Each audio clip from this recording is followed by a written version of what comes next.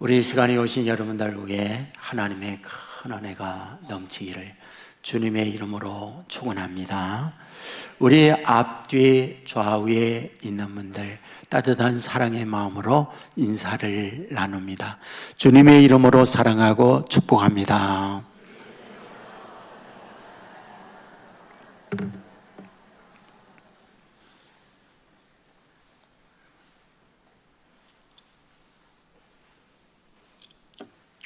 감사합니다.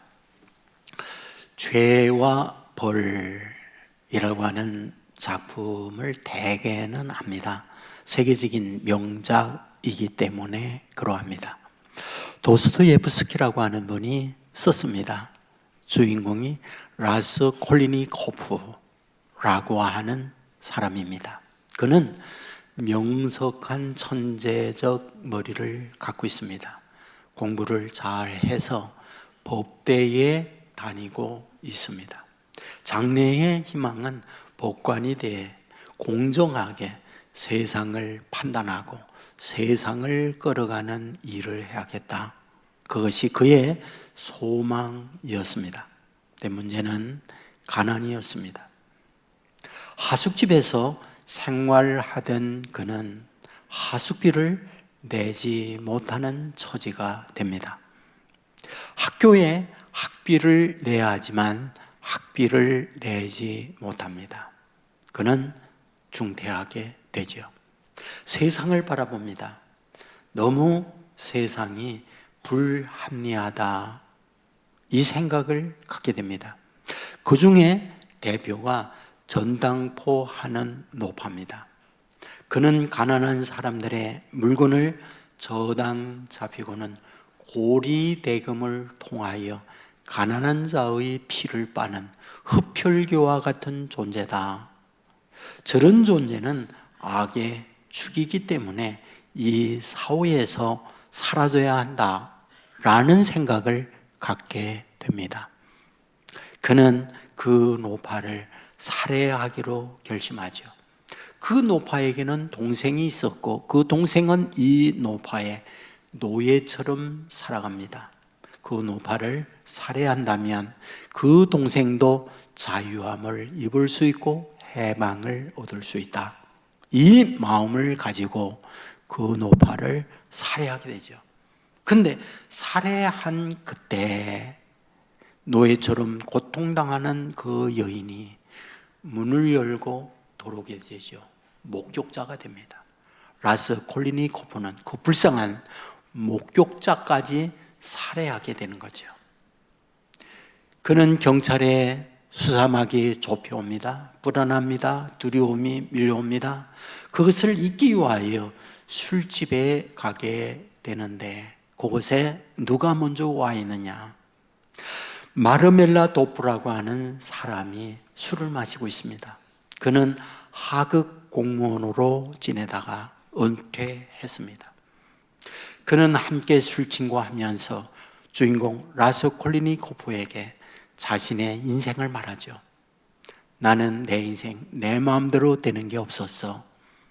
가정을 이루었지만 아내가 일찍 떠났지. 새 여자를 맞이했어. 그런데 악처야. 그는 얼마나 악질적인지 내가 낳은 전 부인의 자녀들을 너무 괴롭혀. 그런데 그는 결핵에 걸렸어. 너무 가난하니까 내가 낳은 친딸 소냐를 매춘하는데 강제로 보냈어. 그 매춘하러 나간 시간이 6시, 돌아온 시간이 9시야. 그가 받은 화대, 그것이 30루블이었지. 나는 즉 그 돈을 가지고 술을 마시고 있어. 그 이야기를 듣게 되는 거죠. 라스콜리니코프는 그 말에 화도 났지만 소냐라고 하는 그 딸에 대한 불쌍한 생각을 갖게 되는 거죠. 어떤 과정을 통하여 라스콜리니코프는 소냐를 만나게 됩니다. 천사와 같은 그 여인을 만났을 때 자기의 살인 이야기를 처음으로 고백하게 됩니다. 소니아는 이 말을 들었던 라스콜리니코프에게 말합니다. 나가서 대지에 입맞추고 자수하십시오. 이 말을 들었던 주인공은 대지에 나가 입맞추고 자수를 하죠. 그는 유죄 판결을 받고 시베리아로 유배지로 끌려가게 됩니다. 유배지로 끌려갈 때 소니아는 따라가면서 지극정성으로 라스콜리니코프를 섬기게 되죠. 엄청난 일이 일어나요.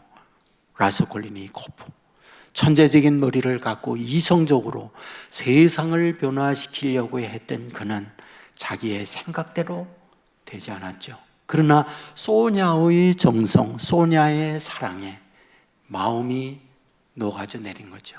변화를 받죠. 이것이 죄와 벌에서 도스토옙스키가 말하고 싶은 주제였던 거죠. 자, 여기서 소냐는 어떻게 이런 사랑의 마음을 갖게 되었을까요? 그것은 성경 때문이었습니다. 비록 가난한 가정에서 매춘으로 내몰림을 당하고 그 매춘으로 번 돈을 가지고 아버지는 알코올 중독이 되어 술망나니로 살고 있지만 그 헌신적 가정을 위한 희생, 바로 이 모습을 누구에게서 배우느냐? 예수님에게서 배우고 있던 거죠.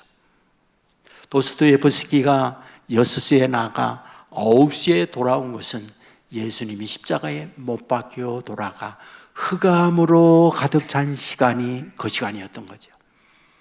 30루블을 받고 있는 것은 예수님이 은 30에 팔려간 것을 대입시키며 소냐를 희생제물로 내세우고 있던 거죠. 그런데 이 소냐가 이런 변화를 가져오게 된 결정적 동기, 요한복음 11장 말씀을 읽었을 때였던 거죠. 로마서 11장은 어떤 말씀입니까? 나사로가 죽었습니다. 장사 지낸 지 나흘이 됐습니다. 무슨 말? 썩은 냄새가 나는 시체입니다. 예수님께서는 무덤 앞에서 나사로야 나오라.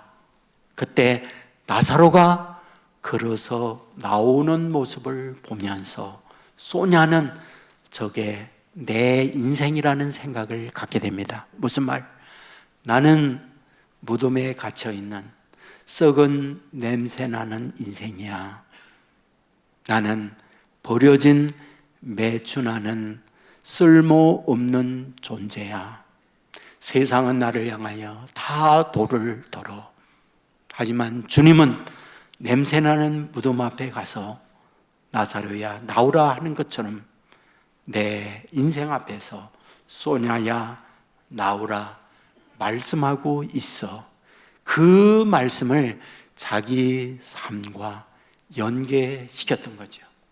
그 주님의 사랑이 그의 인생을 움직여서 바로 라스콜리니코프를 섬길 수 있었고, 그 사랑의 전념을 받은 그 역시 인생의 변화를 가져왔다. 이 주제를 말하려고 했던 것, 그것이 죄와 벌이었던 거죠. 오늘 본문을 통해서 바울이 고린도 교회 성도들에게 이 사실을 말하고 싶은 건죠. 그렇다면 오늘 본문에 뭘 말하고 있는 걸까요? 고린도 교회 성도 여러분, 여러분을 우리 주님은 새로운 피조물 되게 합니다. 그래서 이전의 삶을 다 청산하고 새로운 피조물로 살게 하고자 하는 것, 그것이 주님께서 여러분을 향하여 갖고 있는 마음입니다 라는 걸 말씀하고 있는 거죠. 그렇다면 고린도 교회의 이전의 삶이란 어떠한 삶이었을까요? 우선 고린도라고 하는 지리적 특성을 보면 교회가 이런 구성원으로 되어 있구나 하는 걸 엿볼 수가 있는 거죠. 고린도는 동서무역이 만나는 곳입니다. 호리병처럼 생겨진 반도로 되어 있는 곳, 그것이 고린도예요. 이 바다에서 저 바다까지 육지로 통과하면 6km 불과합니다. 그러나 여기서 병처럼 생겨 있는 걸 빙 돌아가려면 무려 700여 킬로나 되는 엄청난 거리입니다. 10배 이상을 돌아야 하는 거죠. 그러므로 여기에서 화물을 하여 가면 6km를 사람들이 끌고 저쪽으로 가서 다른 화물을 배에 실는 일, 이것이 일반화되어 있던 곳이 고린도 지방이었습니다. 무슨 말?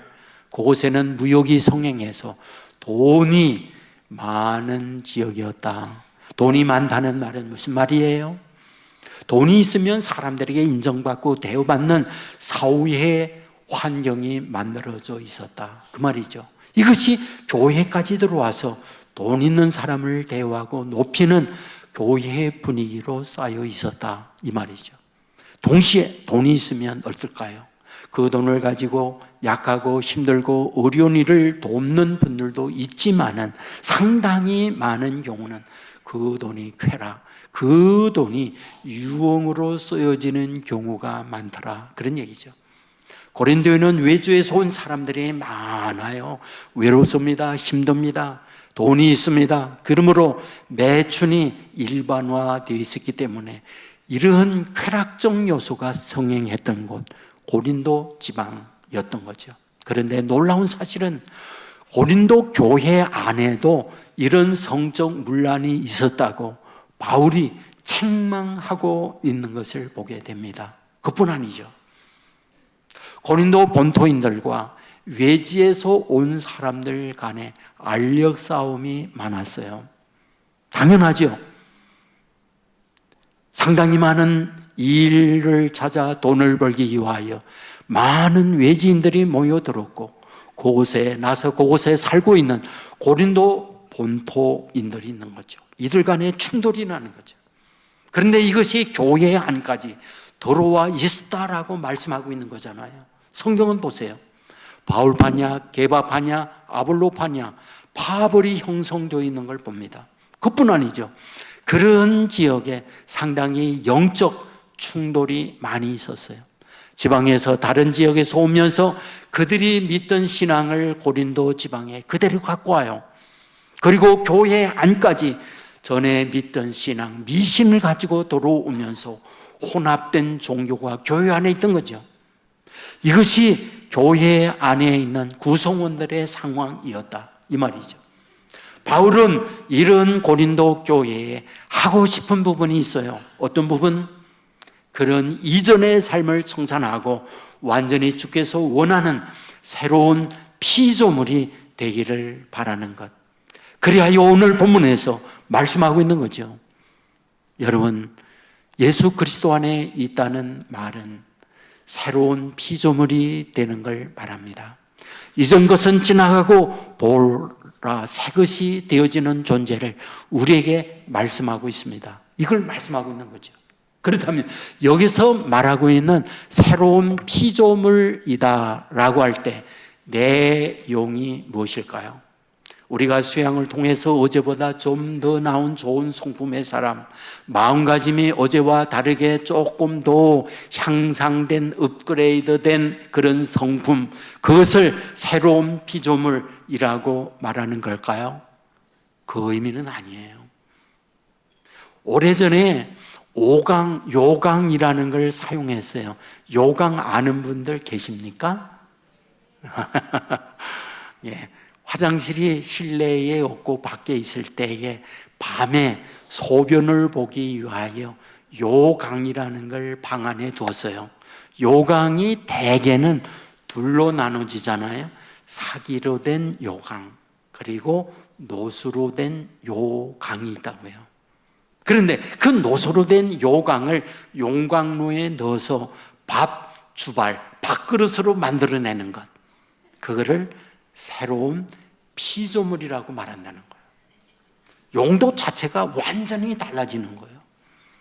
그러니까 애벌레에서 나비로 바뀌어지는 것, 그것을 새로운 피조물이라고 한다, 그 얘기죠. 자, 그런데 이런 새로운 피조물이 되게 하는 것, 어떻게 이것이 가능할까라는 거예요. 오늘 바울은 그 가능한 방법을 알려줘요. 그것은 예수 그리스도의 십자가의 은혜를 알 때에만 비로소 가능해진다라고 말이 돼요.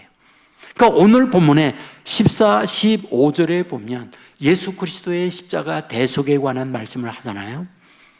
여러분, 고린도 전후서에 바울이 편지할 때 보면 굉장히 심도 있게 강조하고 있는 것이 예수 그리스도의 십자가예요.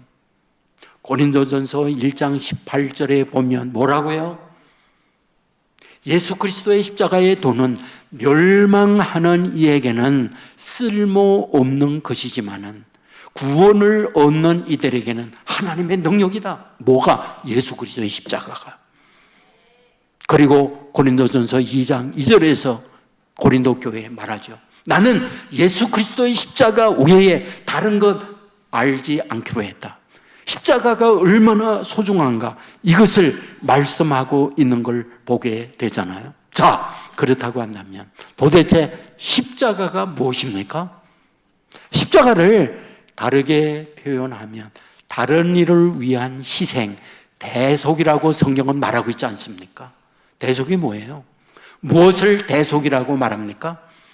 우리가 물건을 사기 위하여 값을 지불하고 그 물건을 내 것으로 가져오는 것, 그거를 대속이라고 말을 해요. 저와 여러분이 죄의 멸망으로 지옥 자식입니다. 그 지옥 자식인 저와 여러분을 구원하기 위하여 값을 지불하는데 십자가상에서 예수님의 피를, 자신의 생명을 내어주고 그 가운데 우리를 건져내는 것을 대속이라고 한다. 여러분, 이것이 성경에 우리들에게 말씀하고 있는 내용이잖아요. 여러분, 이 대속의 은혜를 저와 여러분이 받았다 믿으시기를 주의 이름으로 축원합니다.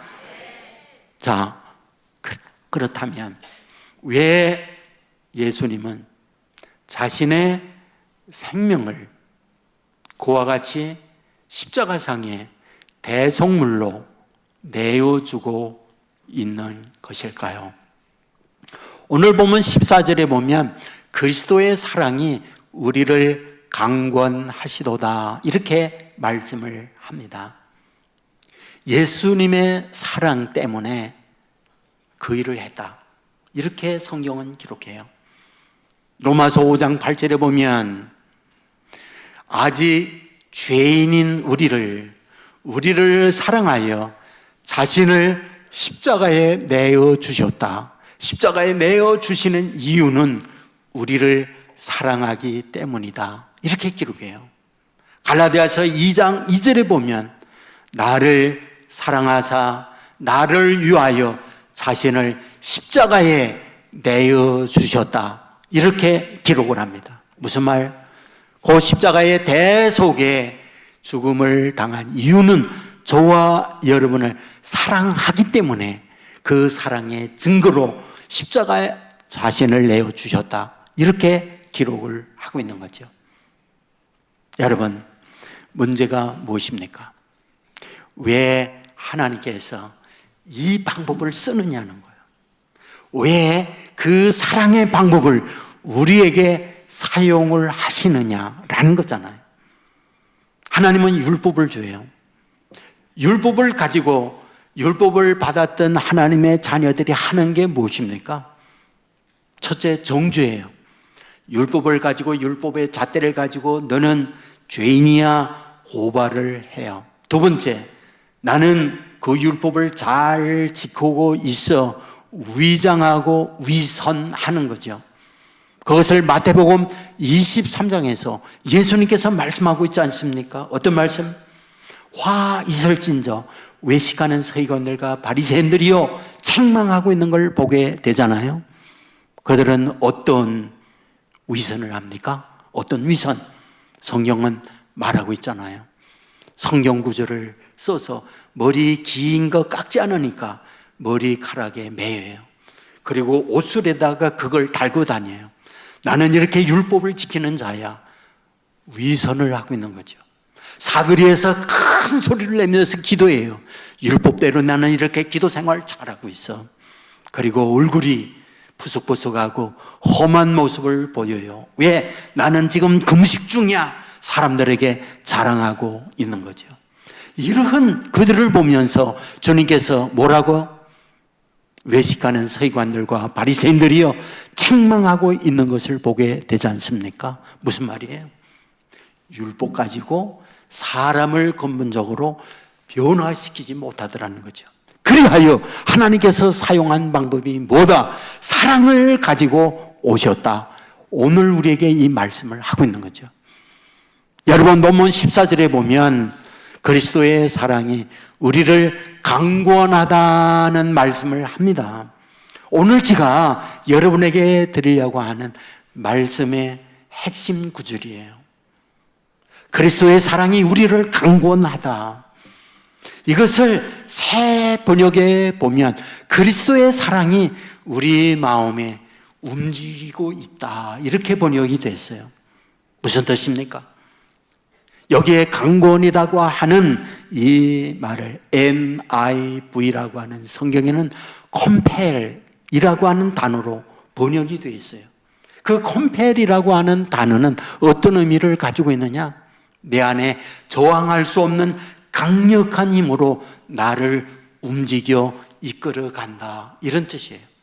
다르게 표현하면 어떤 물리적인 총칼로 너 그거 지키지 않으면 그대로 안 될 거야. 그 강압적에 의해서 나를 움직이는 게 아니로 내 안에 꿈틀거리는 어마어마한 에너지가 나를 자발적으로 움직여서 나를 다른 사람으로 만들게 하다. 그 말을 그리스도의 사랑이 나를 강권하게 하다. 이 말로 되어 있다는 말이에요. 무슨 말? 그리스도의 사랑을 우리가 받게 되어지면 그 그리스도의 사랑은 내 안에서 강력한 힘이 되어서 꿈틀거리며 나를 움직여서 새로운 인생 되게 하는 것. 그것을 오늘 본문에서 그리스도의 사랑이 나를 강권하게 하다. 이 말로 되어 있다. 이 사실을 믿으시기를 주의 이름으로 축원합니다.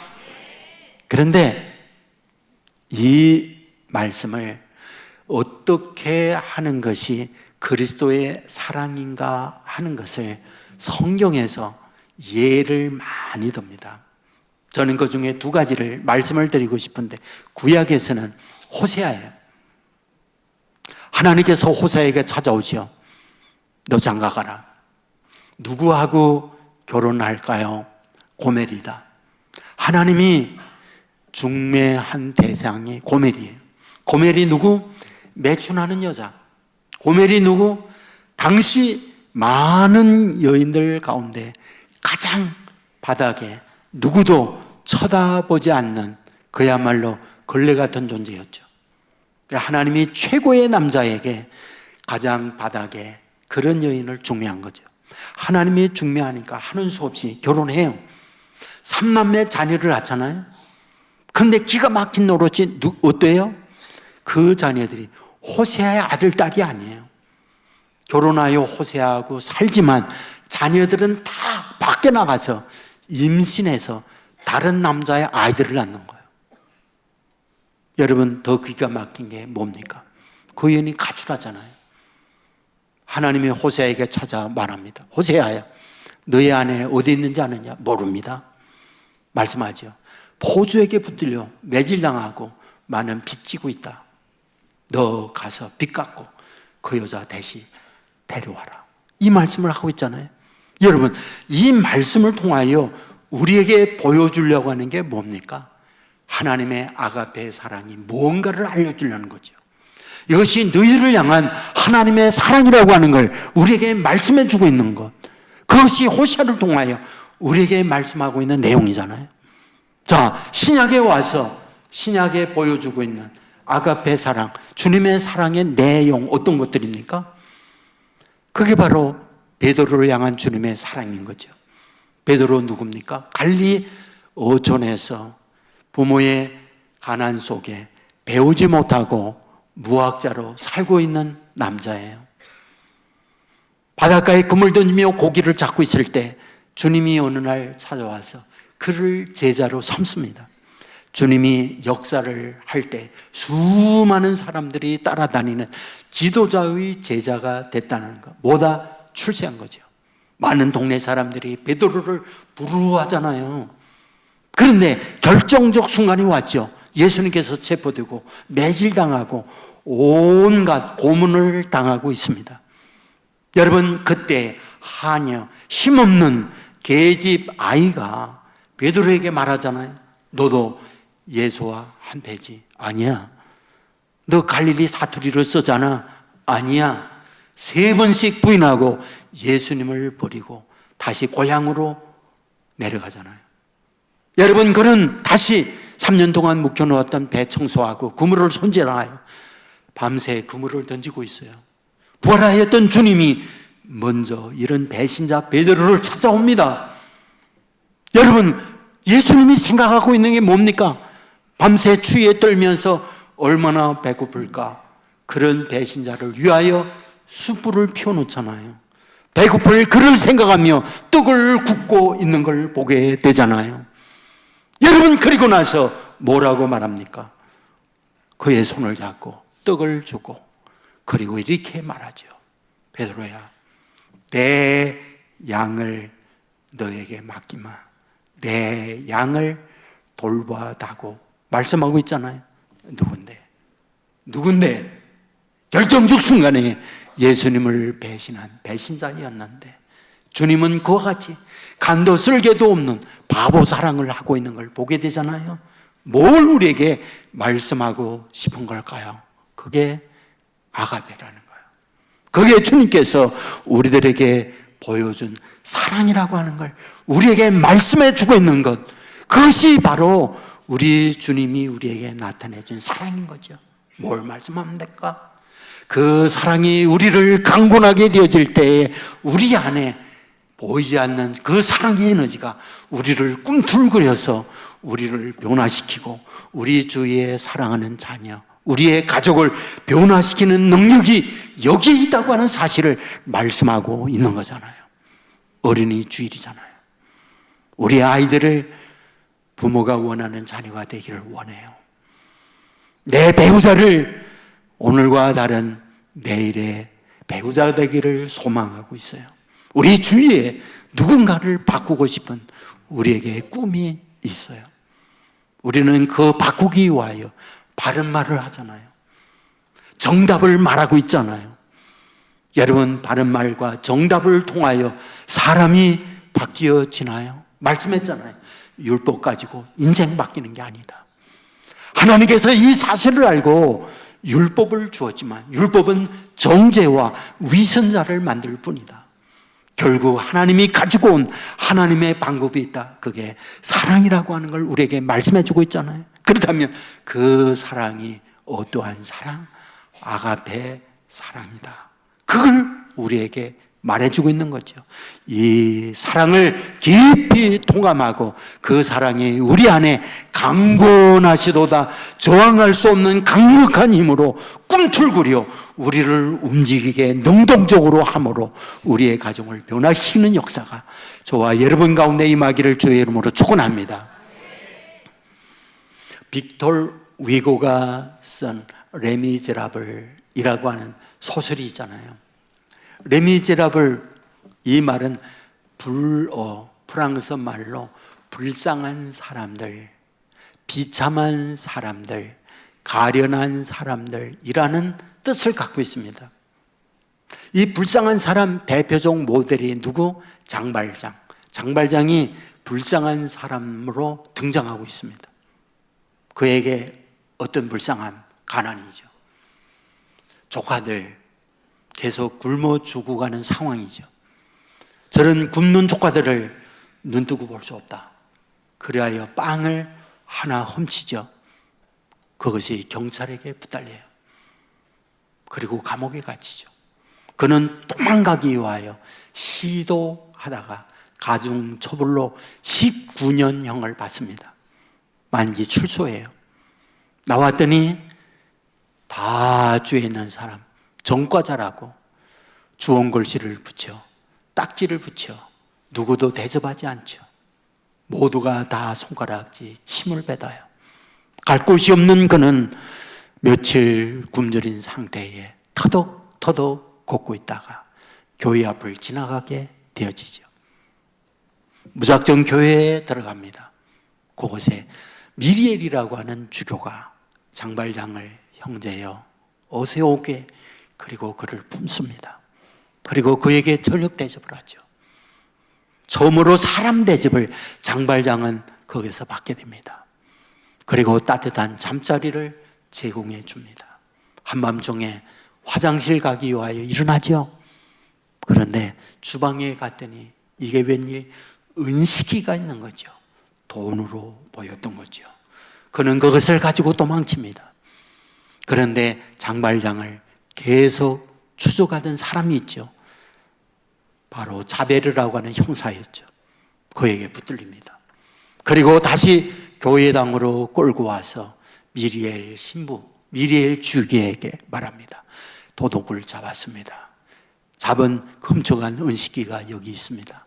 이 말을 들었던 미리엘 주교가 이렇게 말하죠. 형제요, 내가 은촛대까지 주었는데 어찌하여 은촛대는 놓고 갔소? 그리고 은촛대까지 장발장에게 주게 되는 거죠. 장발장은 이 사건을 통하여 자기 인생에 지진이 나는 거죠. 아니, 모두가 다 나를 죄인 취급하고 종가자라고 이름 붙이고 침을 뱉고 있는데 도대체 이분이 어떻게 나를, 도둑질한 나를 그걸 덮어가면서 은촛대까지 준단 말인가? 그 사랑의 장발장은 인생이 바뀌기 시작합니다. 그리고 이름을 개명을 해요. 마들린. 그리고 다른 사람을 돕기 시작하면서 지역에 있는 분들이 이 사람을 시장으로 세우게 되어지는 거죠. 창녀를 돌봅니다. 고아를 돌봅니다. 선한 인생으로 그의 인생을 마무리하고 있는 것, 그것이 레미 제라블이었던 거죠. 빅터 위고는 이것을 통하여 뭘 말하고 싶은 것일까요? 법률 가지고 인생 바뀌는 게 아니더라. 감옥에 집어넣는다고 사람이 개조되는 게 아니더라. 중노동을 시킨다고 그 인생이 전과 다른 삶으로 달라지는 게 아니더라. 주님의 사랑이 그들에게 들어갈 때 그 사랑은 강건하여 강력한 에너지가 돼요. 그 인생을 바꾸게 되더라. 이것을 말씀하고자 하는 것, 빅톨 위고의 레미 제라블이었던 거죠. 여러분, 주님께서는 저와 여러분에게 그 사랑을 주기를 원해요. 여러분, 제가 여러분에게 저의 개인적 이야기를 많이 합니다만, 여러분, 저는 여러분이 볼 때에 어떤 모습으로 보여요? 착하게 보이죠? 안 착해요. 착한 척하는 것 뿐이지. 예. 어릴 때에 저희 집이 너무 가난했어요. 6.25 직후였기 때문에 부모님들 농사하는 일을 했었고, 농사하는 것만 갖고 먹고 사는 것이 힘드니까 장사를 어머님이 했어요. 장사의 품목이 무엇이냐? 사카린을 팔았어요. 사카린 아는 분 계세요? 아는 분 계세요? 아이고, 노춘 애들이군요. 당원이나 설탕이 나오기 전에 달게 하는 것, 옛날 당원도 없었고 설탕은 뭐 언감생심이고 전혀 그런 걸 모르고 있을 때에 감자나 옥수수를 달게 할 때에 사카린을 물에 타서 그것을 붓고 찌면은 아주 달아져요. 그러니까 사카린을 많이 그때 먹었죠. 화학약품입니다. 근데 그것을 푸대로 사다가 신문지로 요만하게 썰어서 스푼 하나씩 넣어서 그걸 싸서 판 거예요. 근데 아버지 어머님 덜에 나가 일하고 동네 친구들이 우리 집 부엌으로 가득 모였어요. 광문을 열고 가서 사카린을 꺼내다가 우물물을 퍼서 한 대접시 단물을 타서 맞았어요. 그때 엄마가 온 거예요. 걸린 거죠. 아이들 다 도망갔어요. 그때 생각했죠. 나 죽었구나. 그 생각한 거죠. 근데 어머님이 뜻밖의 나의 손을 꼭 잡고, 용태가, 내가 너를 믿었는데 이러는 거예요. 그래서 우시는 거예요. 사실 어머님은 절대 하나님 다음으로 저를 믿었어요. 아버지보다 저를 더 믿었어요. 왜? 파 팔고 무 팔고 배추 팔아 돈 몇 푼 생기면 그 돈을 항상 저에게 주면서 용태가 내가 이 돈을 간수해라, 보관해라. 그러면 제 공고는 이불 사이였어요. 이불 사이, 저만 알고 있는 그 사이에다가 돈을 꼬집어 놓고. 근데 사실은 제가 얼마나 착했느냐, 그 돈을 제가 안 썼거든요. 쓰고 싶은 충동이 많이 있었는데 그 돈 안 쓰거든요. 왜? 믿고 맡기니까. 믿는 내가 실망시키면 안 되겠다 해서 안 썼거든요. 근데 광문을 열고 삿갈인 타서 다 줬잖아. 근데 엄마가 울면서 그걸 팔아야 돈이 생기고 도움을 얻을 수 있는데, 울면서 그러는 거예요. 내가 너를 믿었는데. 저는 지금도 생각나거든요. 얼마나 나도 울었는지. 그리고 마음에 정말 많이 생각했어요. 엄마 다시 울게 해서는 안 되겠다. 내가 엄마 다시 울게 해서는 안 되겠다. 난 정말 그때 그 마음을 그렇게 많이 갔었거든. 뭘까? 나는 그게 사랑의 힘이라고 생각하거든. 정말 사랑받을 수 없는 내가 그 사랑을 진심으로 받은 것을 느낀다면 그게 그리스도의 사랑이 우리를 강권한다는 거거든요. 억제의 힘이 아니라는 거예요. 내 안에 그 사랑의 힘이 나를 움직이는 강력한 힘이라고 오늘 성경이 우리에게 말씀하고 있는 거잖아요. 저는 오늘 성도 여러분에게 이 말씀을 드리고 싶은 거죠. 우리 아들, 딸 바꾸고 싶잖아요. 우리 아내와 남편 바꾸고 싶잖아요. 기억하세요. 정답으로 바뀌는 게 아니라 바른 말로 바뀌는 게 아니라 몰라서 그거를 실천하지 않는 게 아니잖아요. 다 알잖아요. 바꾸는 힘이 뭐다? 그리스도의 사랑이 우리를 강권하시는 도다 말씀하고 있지 않습니까? 우리가 먼저 그 주님의 사랑을 듬뿍 받고 그 사랑을 우리 가족에게 나눌 수 있다고 한다면 그 사랑의 힘으로 오늘 본문에 있는 그대로 잊은 것은 지나갔으니 보라 새 것이 되었도다. 새로운 피조물로 바꾸는 능력이다. 믿으시고 이 역사가 저와 여러분 가운데 임하기를 주님의 이름으로 축원합니다. 모두 자리에서 일어나서 뜻을 생각하며 같이 찬양하겠습니다.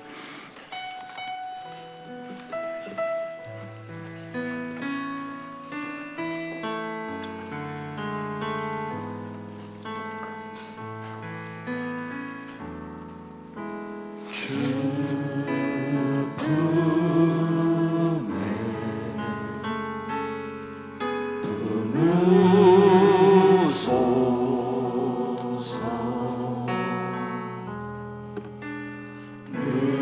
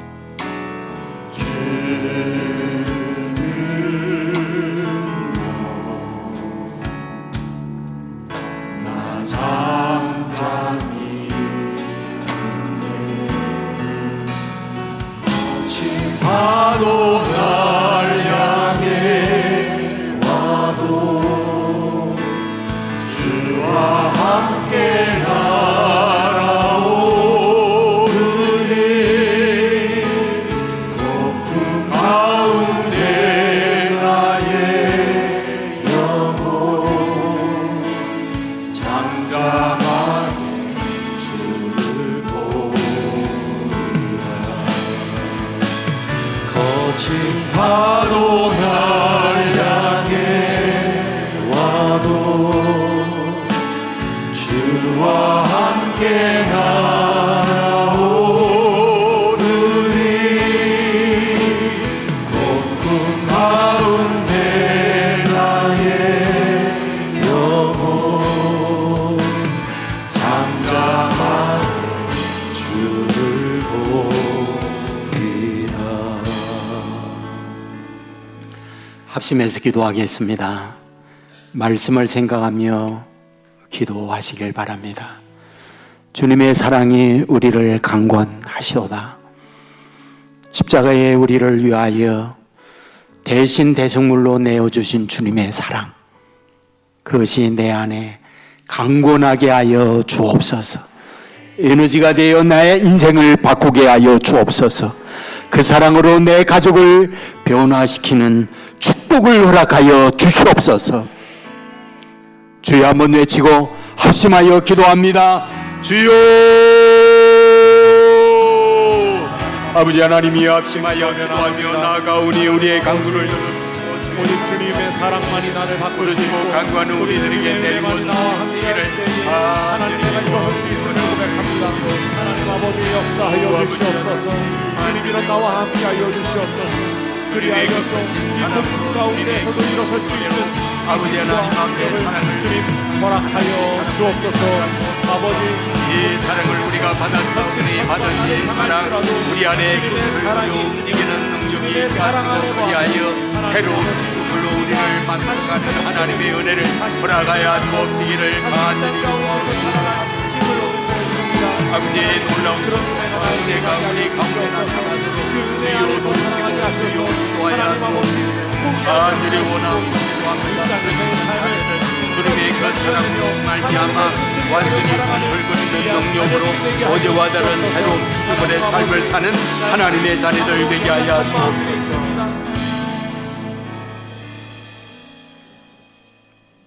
그리스도의 사랑이 우리를 강권하시도다. 이 말씀을 우리 마음에 품는 자녀들 되게 하여 주옵소서.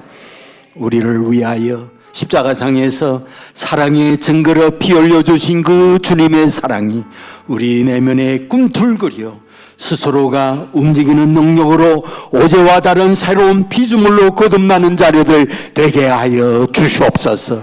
우리의 자녀들, 우리의 배우자들, 내 안에 있는 주님의 사랑으로 어제와 다른 오늘과 오늘과 다른 내일에 새로운 피조물로 바뀌는 축복을 허락하여 감사합니다, 감사합니다 고백이 떠나지 않는 우리의 인생이 되게 하여 주시옵소서.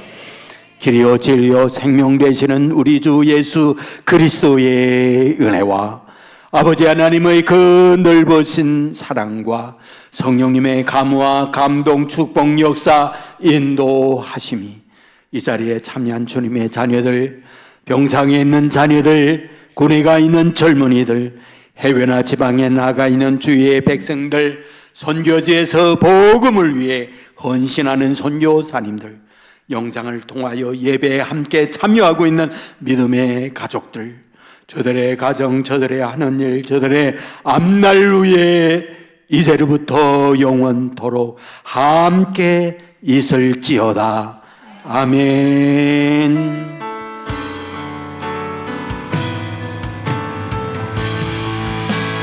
거친 파도 날 향해 와도 주와 함께 날아오르리